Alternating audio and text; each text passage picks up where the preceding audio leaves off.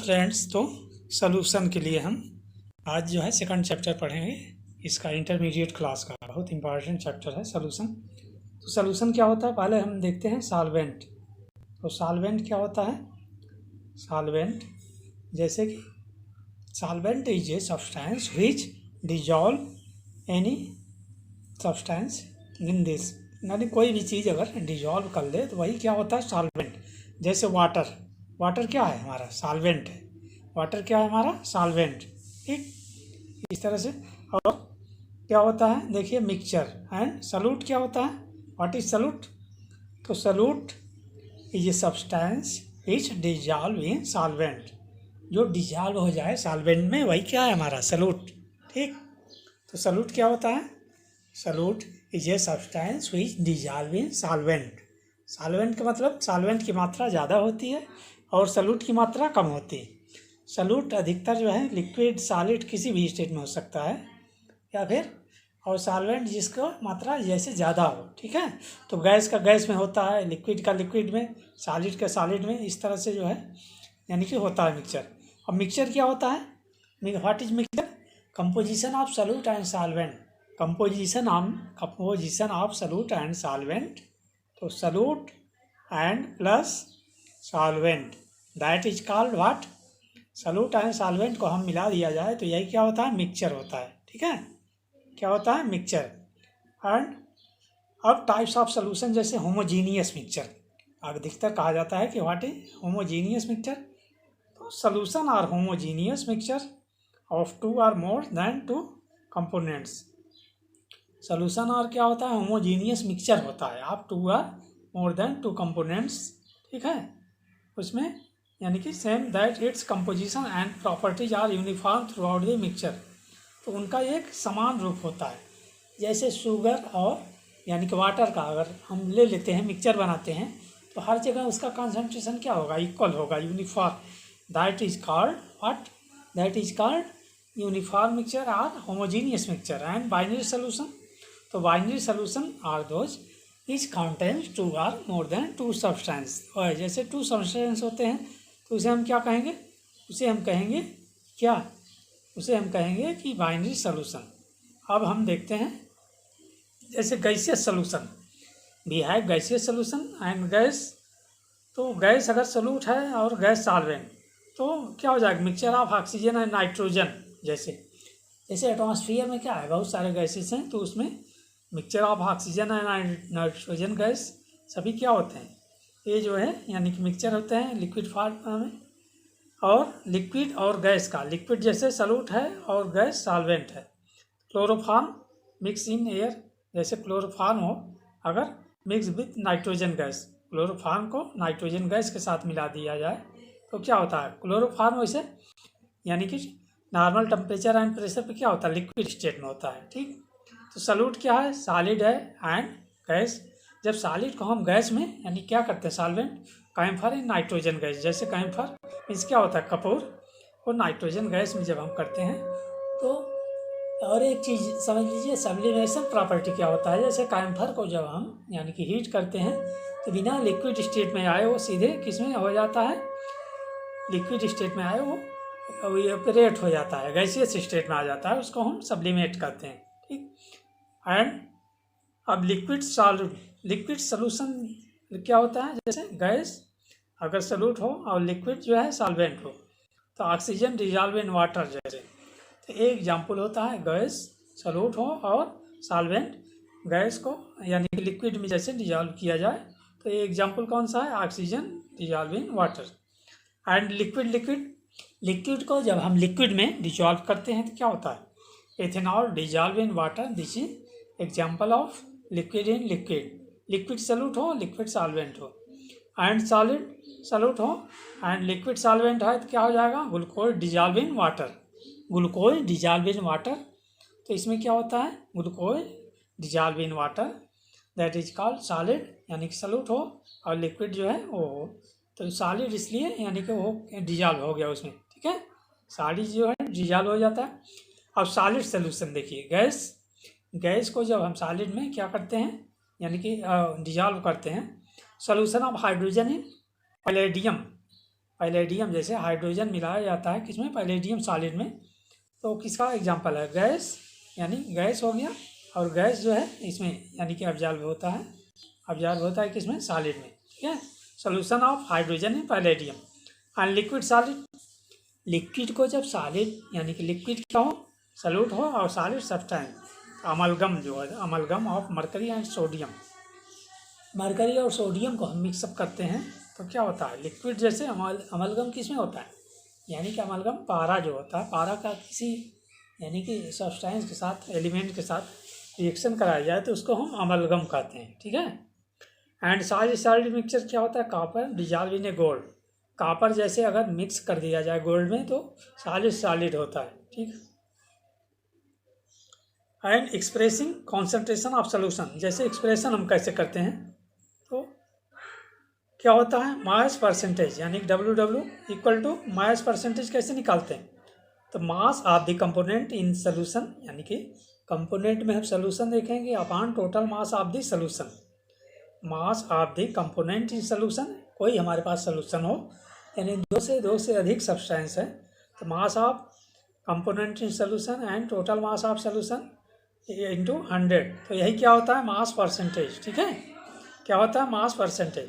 अब volume percentage कैसे हम करते हैं, volume percentage equal to the volume percentage is defined as volume percentage of component equal to volume of component and total volume of the solution into 100, ठीक है। इस तरह से volume percent of a component हम निकालेंगे, इस तरह से वॉल्यूम परसेंटेज ऑफ कंपोनेंट हम निकालेंगे।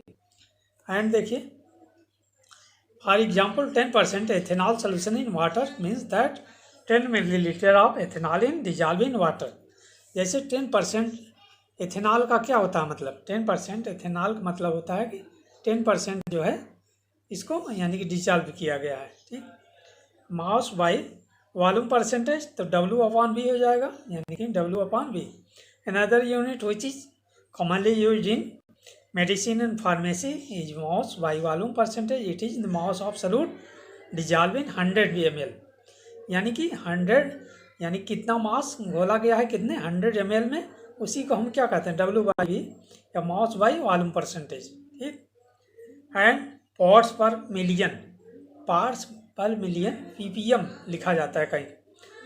When A solute is present in trace quantities it is called to express concentration in parts per million ppm and it defined as parts per million equal to क्या होता है, number of parts of the component upon total number of parts of all component of the solution into 10 power 6 into 10 power क्या होता है 6, ठीक।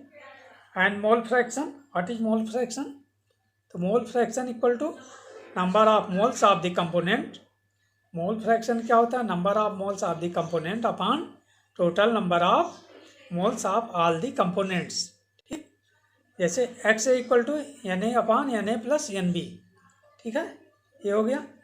अब हम एक एग्जांपल लेते हैं, कैसे हम करेंगे, ऐसे एग्जांपल लेके हम इसको हल करते हैं। तो कैलकुलेट द मोल रिएक्शन, यहाँ पे यानी कि यहाँ देख लीजिए question, calculate the mole fraction of ethylene glycol C2H6O2, glycol का क्या होता है formula, C2H6O2 in a solution containing 20% of C2H6O by mass, ठीक है। तो calculate the mole fraction, assume that, अब इसमें दिया गया assume that we have 100 gram of solution from you can store with any amount of solution because the result of 10 will be the same, solution will be contains 20 gram of ethylene glycol and 80 gram of water. Molar mass of C2H6O2 equal to क्या हो गया 12 × 2, यानी carbon का क्या होता है, atomic number इसका क्या होता है, यानी कि एटॉमिक वेट 12 होता है ना, एटॉमिक नंबर 6 होता है, 12 × 2 प्लस 1 × 6, हाइड्रोजन 1 होता है प्लस 16 क्या होता है इसका ऑक्सीजन का एटॉमिक वेट, तो 62 ग्राम मोल इनवर्स। अब mole of C2H6O2 equal to क्या हो गया 20 ग्राम में हमें निकालना है, 20% क्या है यानी 100 में 20 gram, 20 gram upon 62 gram mole inverse equal to क्या हो गया 0.322 मोल, ठीक है। अब mole of water equal to 80 gram, mole of water equal to क्या हो गया 80 ग्राम, ठीक। 80 gram upon 18 gram mole inverse equal to 4.44 mole inverse. तो मोल ऑफ वाटर हो गया, ठीक है, mole of water. X glycol क्या हो गया, moles of C2H6O2, moles of C2H6O2 and mole of C2H6O2 plus mole of H2O, ठीक, mole of ए, मतलब इसका इस तरह से हुआ। मोल्स ऑफ वाटर समझ में आया कि नहीं, 80 ग्राम, 80 ग्राम ऑफ, जैसे calculate the moles fraction of ethylene glycol in a solution of, तो इसका यानी कि मोलर ऑफ, तो 20 gram of ethylene glycol and 80 gram of water, 80 gram of water दिया था, इसलिए हमने 80 ग्राम अपान 18 जी मोल इनवर्स रखा। 18 का मतलब H2O, H2O का जब हम निकालेंगे मॉलिक्यूलर वेट क्या हो जाएगा, 2 + 16 इक्वल टू 18 हो जाएगा। मोलरिटी क्या होता है, molarity equal to moles of solute बटे volume of the solute in litre. Molarity equal to moles of solute upon volumes of solute solution in litre. अब एक एग्जांपल हम देखते हैं इसमें, calculate the molarity of solution containing 5 gram of NaOH in 450 ml solution. तो moles of NaOH क्या है, यानी कि 450 ml सॉल्यूशन में हमें 5 ग्राम NaOH का क्या निकालना है, मोलरिटी। 5 ग्राम अपान 40 ग्राम मोल हो गया, 0.12 मोल, 5 मोल। मोलरिटी इक्वल टू क्या हो गया, 0.125 मोल into 1000 ml litre inverse into 450 ml, क्या हो गया 0.278 मोल। मोलरिटी यही हो गई, ठीक है, ये क्या हो गया मोलरिटी, क्योंकि 1000 यानी कि मिली लीटर में हमें निकालना होता है 1 लीटर में, लीटर इनवर्स हम निकाल लेते हैं इसीलिए, ठीक है। अब मोलरिटी लिखिए, यहाँ पे देखिए molarity is defined as the number of moles of the solute per kilogram of the solvent and is expressed as molarity equal to moles of solute upon moles of solvent in kilogram. Molarity equal to moles of solute upon mass of solvent in kilogram. एक example हम देख लेते हैं, इसको कैसे हम निकालेंगे। Calculate the molarity of 2.5 gram of ethanoic acid CH3COOH, यही होता है ना acetic acid, in 75 gram of benzene. Molar mass of C2H6O2 क्या हो गया, 12 × 2 + 1 × 4 × 6 + 6 × 2 C2H4O2 है। तो मोल्स ऑफ C2H4O क्या हो गया, 2.5 ग्राम अपान 60 ग्राम मोल्स इनवर्स, ये आ गया। Moles of benzene in kilogram equal to 75 gram upon 1000 gram kilo inverse, ये हो गया। Molarity of C2H4O2, moles of C2H4O2 upon kilogram of benzene, ठीक है, इस तरह से हम करेंगे। फिर अब जो एग्जांपल है इसको हम करेंगे, and solubility of solid in a liquid, solubility of solid in a liquid. तो सॉलिड और लिक्विड का कैसे होता है, सॉल्यूट प्लस सॉल्वेंट क्या होता है, सॉल्यूशन। हमने बताया था सॉल्यूट प्लस सॉल्वेंट क्या होता है, इफेक्ट ऑफ टेम्परेचर। एक चीज ध्यान दीजिए, effect of temperature, the solubility of a solid in a liquid is significantly affected by temperature, ठीक है। consider the equilibrium represented by equation, this is dynamic, ठीक है। Lechatrius principle in general, if in a nearby saturated solution dissolution process is endothermic, the solubility should increase with rising temperature। तो क्या होता है solubility, यानी कि temperature बढ़ाने पे किसी चीज़ की सॉल्युबिलिटी यानी क्या होता है, बढ़ जाती है, ठीक है। तो टेलियस प्रिंसिपल है या लासातेलियर प्रिंसिपल था। लासातेलियर कौन थे, साइंटिस्ट। उन्होंने बताया था कि अगर ताप बढ़ाया जाए तो उसकी यानी कि क्या होती है, विलयनशीलता उसकी बढ़ जाती है, ठीक। तो यही इसको क्या कहते हैं, Le Chatelier principle. The solubility of a solid in a liquid is significantly affected by temperature change. Consider the equilibrium represented by equation, this being dynamic equilibrium, and follow Lachaterius principle। तो लासातेलियस प्रिंसिपल क्या था, यदि ताप बढ़ाया जाए तो उसकी solubility जो है बढ़ जाती है।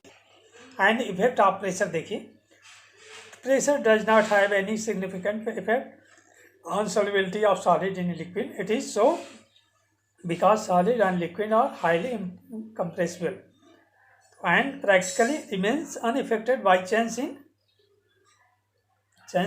pressure. Solubility of gas in a liquid. अब देखिए एक चीज़ आप ध्यान दीजिए, हेनरी लॉ, एक हेनरी थे साइंटिस्ट, उन्होंने एक नियम दिया हेनरी, तो उन्होंने क्या नियम दिया? The solubility of a gas in a liquid is directly proportional to the partial pressure of the gas present above the surface of liquid और solution. The solubility of a gas, यानी solubility of gas in a liquid is directly proportional to the partial pressure of the gas present above the surface of liquid in solution. यानी कि ये आपका क्या है? Henry law. इसको क्या कहते हैं? Henry law. तो हेनरी का नियम क्या है? The solubility of gas, gas की विलयनशीलता जो है क्या होती है? Is a liquid is directly proportional to the partial pressure of the gas. Gas के पार्शियल प्रेशर के बराबर होती है, आंशिक दाब के क्या होती है? बराबर above the surface of the liquid और सोल्यूशन. ठीक. अब देखिए mole fraction of the gas, mole fraction of the gas in the solution is proportional to the partial pressure of the gas. ठीक है, हेनरी लॉ जो था, mole fraction of the gas in the solution is proportionally to the partial pressure of the gas over the solution. The partial pressure of the gas in vapour pressure is proportional to the mole fraction of the gas in the solution. तो P equal to क्या है? KHX. P equal to KHX. अब KH is Henry law constant. KH को हम क्या कहेंगे? Henry law constant. If we draw a graph between partial pressure of the gas versus mole fraction of the gas, तो हमें क्या मिलेगा? एक स्ट्रेट लाइन हमें मिलेगी. ठीक है, क्या मिलेगी? स्ट्रेट लाइन हमें मिलेगी, straight line. The partial pressure of the gas, gas का जो आंशिक दाब होता है in vapour pressure is proportional to the mole fraction. Mole fraction के क्या होता है? बराबर होता है. P equal to KHX. तो KH हेनरी लॉ कांस्टेंट है. If we drive graph between partial pressure of the gas versus mole fraction of the gas in solution, then we should get A plot of the type be shown. ठीक है, तो हमें एक straight line मिलेगा. क्या मिलेगा? Straight line.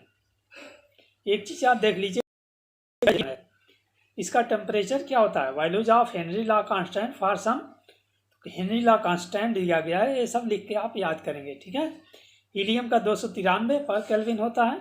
ठीक, K/kBr 144.97. ठीक, हाइड्रोजन का 69.16 है, ऑक्सीजन का 303, तो एंड ऑक्सीजन का 293 टेम्परेचर पर केल्विन, यानी केल्विन हो गया केल्विन में. और ये क्या दिया गया? KH K-बार. एंड गैस ऑर्गन हो गया carbon dioxide, formaldehyde, methane, vinyl chloride. इसका टेम्परेचर पर केल्विन क्या है? 298. ठीक है, 40.3 ये हो गया KH/kBr. तो हेनरी लॉ कांस्टेंट इस तरह से दिया गया है सबका. ठीक है, तो ये आप जो है ध्यान देंगे.